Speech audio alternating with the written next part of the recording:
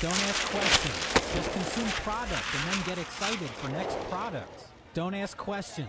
Just consume product and then get excited for next products. Don't ask questions. Just consume product and then get excited for next products. Don't ask questions. Just consume product and then get excited for next products. Don't ask questions. Just consume. Well, that didn't take too long. Amazon shows its real motivations in their new Elf ad campaign. Prime is coming for the kids, programming children to become ship-it-for-free consumers. This is not Tolkien. But no worries, my friends. Time reveals all things. For every lie told incurs a debt to the truth, and the truth always collects what's due. And the Middle-earth mask framing Rings of Power now falls to the floor.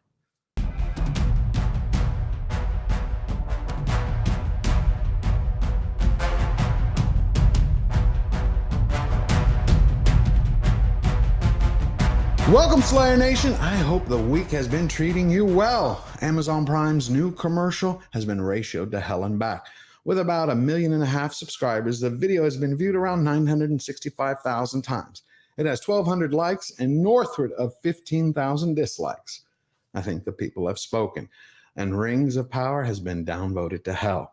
Now, in the clips you're about to see, there's going to be something that I've been warning you from the very beginning.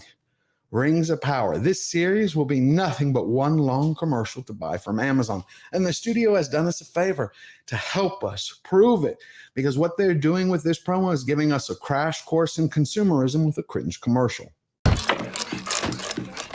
Puppy monkey baby. Puppy monkey baby. Now, before we continue to have some fun deconstructing this junior varsity high school summer weekend project, if this is your first time here, I invite you to take a second, push the subscribe button down below, and join the fight as we defend Tolkien's Ea and Arda.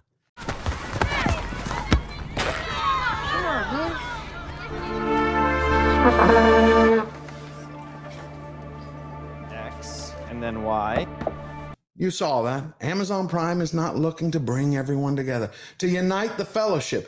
They're not. They're trying to divide people. Are they focused on the star MVP soccer player or the center stage musician under the bright lights? No. In their infinite wisdom, the studio believes in the 21st century that anyone who reads fantasy is still one of those loners, the outsider with no friends and no skills or talents to speak of. And then what do? They show us a little bit of their special effects wizardry. A book falls to the floor. It catches our eye, and we see that it says Lord of the Rings.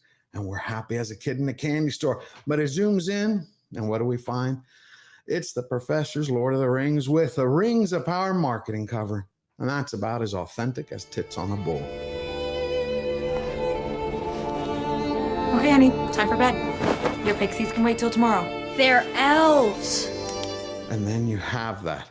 Did you see that? That right there is the most authentic clip out of the entire video. We've all done it before. We've been kids where we waited and stayed up all night long reading our favorite book, let alone The Lord of the Rings. I remember during the summer when I got it, I'd burned every D battery in the house and every matchbook to light every candle. Well, my family, actually, when we had a blackout during a hurricane, there was nothing to light the way. But that's how it was. That is an authentic, organic scene. They should have stuck with that instead of trying to sell us and tell us how great Rings of Power is.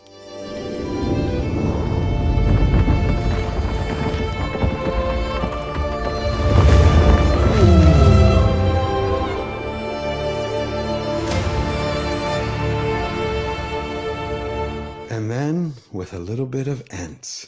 Do you feel that? You feel the little bit tingle going up the back of your head? It's that magic from the Peter Jackson days. But just as quickly as it came, it fades away. Because we're given another shot of the teaser, the same one we've seen over and over and over again. It's none other than Superman spreader Galadriel herself in full armor climbing a snowy, ice-covered mountain. I wonder how all that flesh and bone feels under the metal. But you know what's more telling about that clip is what they're not telling us, what they're not showing us. See, Prime is so terrified that Rings of Power will reveal the lie that it is simply not Tolkienian. They refuse to share a compilation of even the best 30 seconds of scenes from season 1. Season 1 is done. It's in the can. It's finished. Why aren't they letting everyone see it? Because they know once they release their garbage, everyone's going to tear it apart. And here's another little nugget to put under your hat. Comic-Con is coming up. And do you know what? In the Rings of Power panel, no one will be allowed to ask a question that is not pre-screened. Think about that. If you were to ask them something that they didn't know, you would expose them for who they are. But that's not the worst of it. Right now, the marketing should be at a fever pitch. We should be seeing roundtables with all of the lead actors talking about how attached to the characters they are, how much they didn't know Tolkien, and now that they've read it, now that they understand, they just want to read everything. Where are the talk show circuit interviews with the director or the Bobbsey twins, J.D. Payne or Patrick McKay? They're nowhere. They're telling us how great it is in all these puff pieces and the video commercials and the teaser, but they refuse to show us how great it is.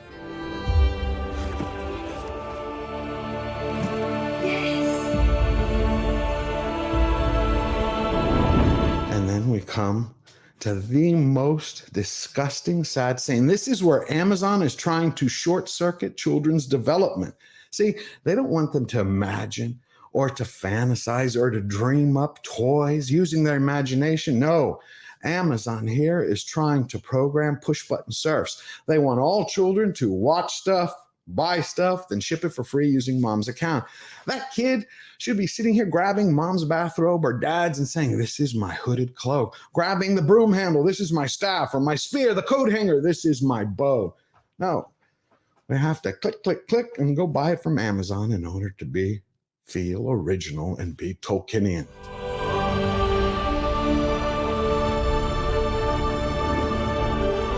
And then they give us that. We have Rings of Power in the bright lights. Well, that must be hinting that Amazon has finalized its deal. See, for the last few months, they've been working with theaters across the world to show episodes 1 and 2 back to back on the big screens. They covet Peter Jackson's premiere trilogy with the Fellowship of the Ring so much that they want to repeat it. They want to have watch parties around the world. They want to have these simulcast global gatherings. Everybody's going, Rings of Power, Rings of Power. If it does, it's going to be phony as hell.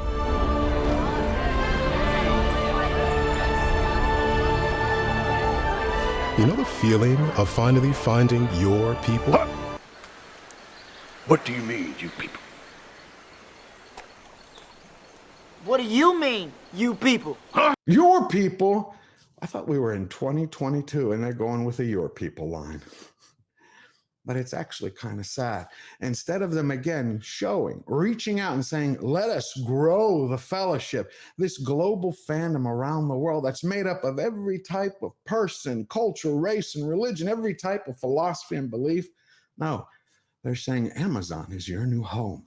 Rings of Power is your fandom. And you know what? I think the best way to tail end this whole piece is to go to the professor himself. What would Tolkien believe about Amazon Prime and what they're doing with his beloved legendarium? Well, the only way to answer that is I did some research and found out how Tolkien believed about Walt Disney. Now, he sent a letter in 1964 to a Stanford student. I recognize his talent, but it has always seemed to me hopelessly corrupted.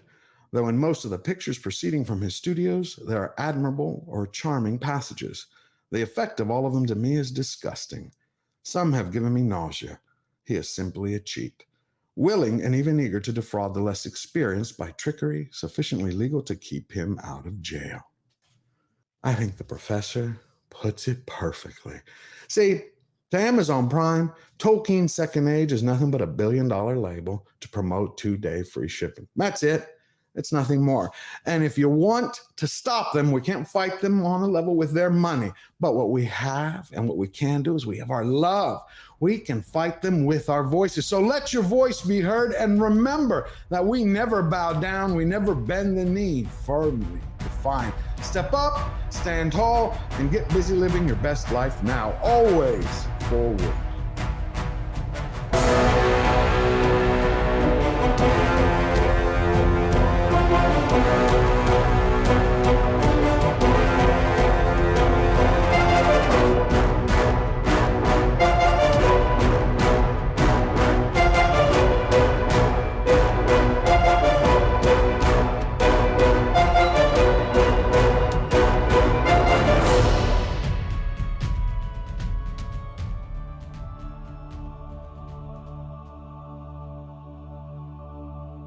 So I was in a seafood restaurant in my early 20s with my grandfather and the entire family. I was sitting to the right of him. Right as I'm about to put this fork of crab salad in my mouth, he grabs my wrist. He's like, don't eat that. It's phony. I'm like, how do you know? He goes, don't worry about it. Within a few minutes, we had the waiter, the manager, eventually cook, and they resolved everything. They told him, we're very sorry. We were out of Alaskan king crab, and we used imitation crab. My granddad smiles. They take care of everything. We go on eating, and I ask him, how did you know? He leans over and whispers into my ear, and he's like, I don't have to touch shit to know what it is when I smell it. I laughed as he leaned back in his chair. I couldn't believe it. It was maybe the fourth or fifth time he had actually used a curse word and talked to me. I'm like, I'm the rest of the adults. And as I was looking at him, just about to say thank you, he goes, you're still a kid. I'm like, okay. He goes, George, as he's eating, he goes, you're going to find this a lot in life. Frauds, cheats, phonies, imposters, and people who wear masks everywhere around me. But it was that word, mask. It caught, it's like it was ringing in my ear. I'm like, what are you talking about? He's like, people are never as they seem. You know that. But the toughest thing in life is taking your masks off. I'm like, your mask? He's like, listen.